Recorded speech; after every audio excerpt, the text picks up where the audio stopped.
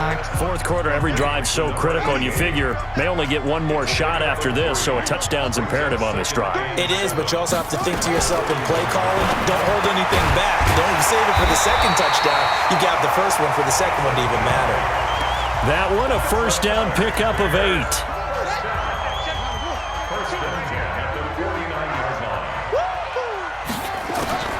Throwing on first down, it's Jackson. Throwing left side here, and it's complete. It's a pickup of 10 and a Bears first down. Jackson and the offense come up first and 10, and he's 5 for 6 now throwing the ball on this drive. Here's Jackson. And an alley to run. Jackson hit, and he lost the football. And it's picked up by the Buccaneers. And his crew will take over with a football at the 35-yard line. Brandon, I don't want to violate any of our broadcasting rules by declaring a game over before it's over.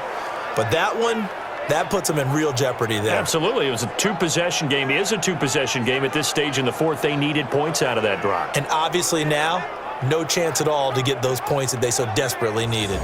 Now the Buccaneers offensive unit back out on the field. Now there are 2 scores on the plus side. Still time here in this fourth quarter, but maybe you start thinking about playing keep away? Yeah, I think here's the situation. You're not thinking touchdowns anymore. You're just thinking first downs. To keep up with your theme there, playing keep away, first downs, they can't touch the ball. Now a throw right side taken in here to start this drive. 23 yards on the play. Vick operating on first down. Throwing right, and that's complete. And he showed off the athletic juke. Good little gain there. Not a whole lot of real estate, but a nice carry.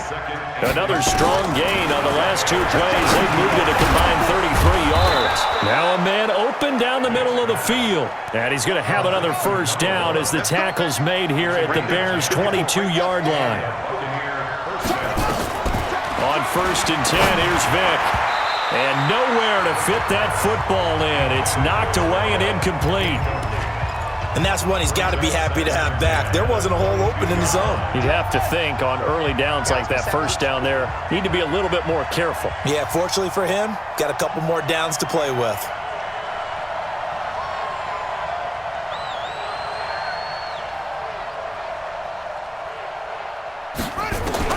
Throwing again, Vick on second and 10. Nowhere to turn this time, and he goes down. Sacked back at the 29. Good job. Third and long for Vick. Going to throw right side here, complete. And they'll get to him short of the first down at about the 16. It'll be a gain of 12, but it will also lead to fourth down. They sure put the coverage guys in a stress on that one. They thought they were going deep. Ends up curling inside for a nice chunk of yardage. Now they go for it on fourth, but this one is going to wind up incomplete. The Bucs try it on fourth down, but come up empty. And the Bears will get the football back. So they've gone for it twice now on fourth down in this game, and both times unsuccessful. I wish we could hear the headsets now between the head coach and the offensive coordinator. Now that they're 0 for 2. If they get into a third situation, head coach might say, hey, you got anything for this one? Might get radio silence back. This defense was definitely alert to the possibility of the deep ball, and they were more than ready for it. They've got the lead, fourth quarter. Maybe can expect more passes like that downfield. An incomplete pass on first down. That leads to a second and 10. Sliding out of the pocket. He's going to take off with it. He's got a first down past the 30. Big yardage there on the scramble. It gets him a first down. Not only another first down, that also puts him over 100 yards rushing. That's not something you see very often in the NFL. We see it more in college. But I think with more of the melding of the college game with quarterbacks, we'll see this a little bit more often in the future. Nice work to get 7 out of that, and it's second down. Partner, he was going through his progressions. Not there, not there. After about the third one, he decided he better pull it down and run for it. And he slides down and avoids the hit for good measure. The throw on the quick slant going to be complete. And this is going to lead to another first down as the tackle's made at the Bucs 14. Now, correct me if I'm wrong. Yeah, you're down 2 scores. I don't think you need to rush just yet, but you can't take your time either. Yeah, even if you don't want to commit to full 2-minute offense, you have to up the tempo, up the urgency. Maybe you're starting to call 2 plays in a huddle each time you snap the ball. Now a throw to the end zone on first down, but it winds up incomplete. Under 4 to go now as they come up on second down.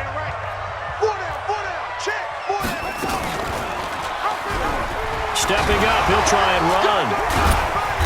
And this carry terminated at the 8-yard line. Good stick skill showing the power, but just not much room to operate. It's going to be a gain of 6 on the keeper, but it leads to a third down. From the gun on third down, Jackson. And that is from 8 yards out as his guys are back within a single score. And he's a little bit on the shorter side as a receiver. Maybe sometimes for the defense, tough to find the little guys, right? Yeah, sometimes they get lost in the traffic, but usually what it means is that rather than just winning with height or even speed, they use their quickness to find a way to get open. Well, tall, short, wide, skinny, whatever, there it results in a touchdown. This is fielded at the chalk of the 10. Solid return, pretty good field position. They'll start at the 32-yard line. Here comes the Tampa Bay offense now heading back out onto the field. Right now clinging to a 1-score lead, Charles, and I think operating within that 4-minute offense with a little less than 4 minutes to go applies here, right? It certainly does, and that means the playbook is still wide open. But you are a little bit more careful about what you're... And hit behind the line. He lost the football. It's loose. And this is picked up by the Bears. And he's into the end zone. Touchdown, Bears. And a big turning point here in the second half, Charles, after that play. All you're trying to do is change momentum, flip things around for your team. You're just trying to take the ball away. How about when you take it away and score? That really changes things. And he will get into the end zone to extend the lead by 2 more. So they make the decision. They want a 3-point lead versus a 2-point lead, and they got it. Yeah, at this stage of the game, it seems like the exact right thing to do. Put a little pressure on your defense, but the biggest thing now is you're making the other team chase you.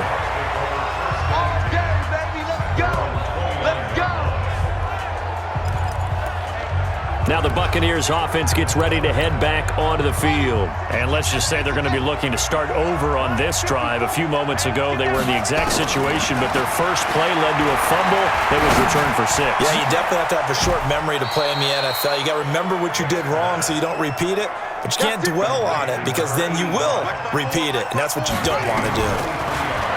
Vic readies to throw. Tell you what, he's been able to put the ball in some tight spots all game long. That throw, no different. Yeah, a lot of people would call it a gutsy type of a throw. I think he looks at it as, I can do it, so it's not that big of a deal to me, and I'm going to keep firing.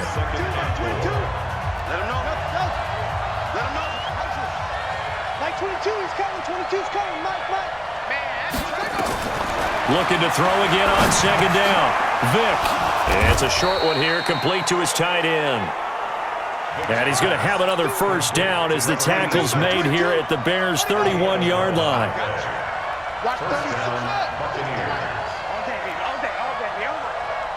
Mike 36. Vic will look to throw on first down. Oh, there's that man again. It's complete. 10 yards on the pickup there, and it'll be second down. 3 points separating these two sides with 2 minutes left to go in the fourth. So it's Buccaneer football as we welcome you back. They come up on a second down now in a game that looks like it's going to go down the wire. And he's able to get it to the edge of the red zone at the 20-yard line. A gain of just a yard, but it's a first down. First down now, but the clock continues to move. And he'll get this one down to about the 17. 3 yards on the pickup there, and it'll be second down. And he'll give it here to his running back. And they're going to lose some on this play. Being knocked back to the 18. That backs him up 1 yard and brings up third down. The short field shrinks even more with the type of bodies they brought in on that play. Those extra tight ends, they weren't able to secure their blocks, and that one ended up going backwards. Check. Walk 54. Here's Vic. Quick hitter here. It's complete. And stopped a few yards shy of the goal line at the 3. They're able to convert on third down, and that sets up a 1st and goal. I got a kick out of that one, partner. You and I talk often about trying to hide receivers in certain situations, but a guy of his size can't really hide him. But the tight end drag route, definitely an effective way to sneak him across the formation for an easy completion and a 1st down.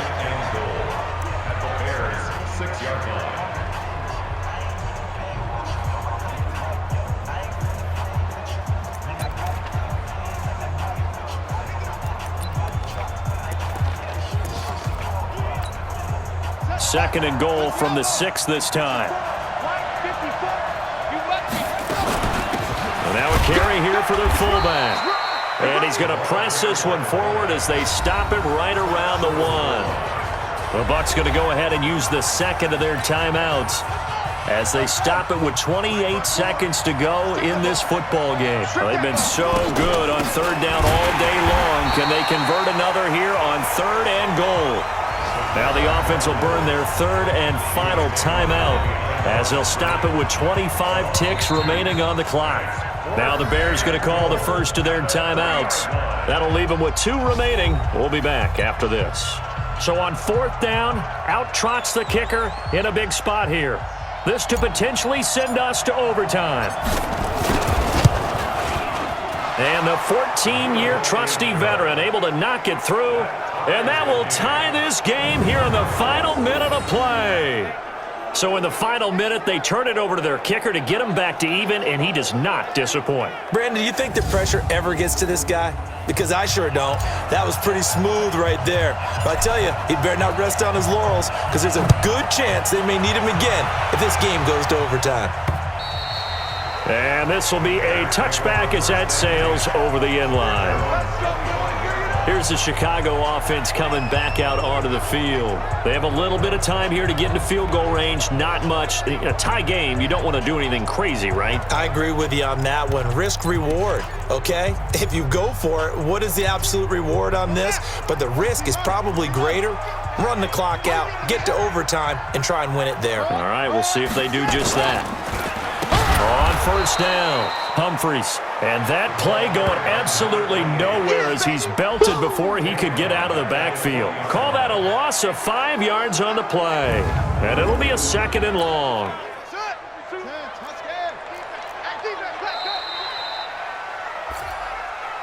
And we need overtime to decide this one after 4 quarters of play. We're all even. The extra session in a moment. This is the NFL on EA Sports. It's a little teaching moment here. Overtime rules. Remind us how this goes, partner. Okay, so in the past, we had sudden death. First team to score wins, but no longer. Now, if the team receives the ball, scores a touchdown, they win the game. If they kick a field goal, though, or don't score, the other team gets a possession. And after both teams get a possession, then we're into sudden death. First team to score wins the game. So a tie ball game here as the kick's away. This is fielded at the goal line. And he'll take this one near the 25, call it the 26-yard line. And now Chicago getting ready to go as they take the field. They control their own destiny here. They have the football in overtime. Obviously, a touchdown would win it. And I think teams around the league are still adjusting to the idea of going downfield, scoring a touchdown wins the game because they were used to just going downfield and trying to get in field goal range to win a game. Still having to make that transition. Let's face it now, the ones who are doing it best know they need to go down, attack, put the ball in the end zone, and not leave it up to a field goal and give the other team a chance. As we said, they control their own destiny now. Call it a gain of 4, and it'll leave them with a 3rd down and 6 to go. That 2nd down play call was not to pick up the 1st down. It was to accomplish what they did to get them into a manageable 3rd down because they had incompletion on 1st down, so they were behind the sticks, so to speak. They needed to make up some ground, and they did. And he's got the first before he's brought down at the 39-yard line. He's now just 3 yards shy of 197 yards receiving on the contest and a 1st down. So from the 39 now, they'll come up on a 1st and 10. Jackson from the shotgun. Over the middle, and It's incomplete. I know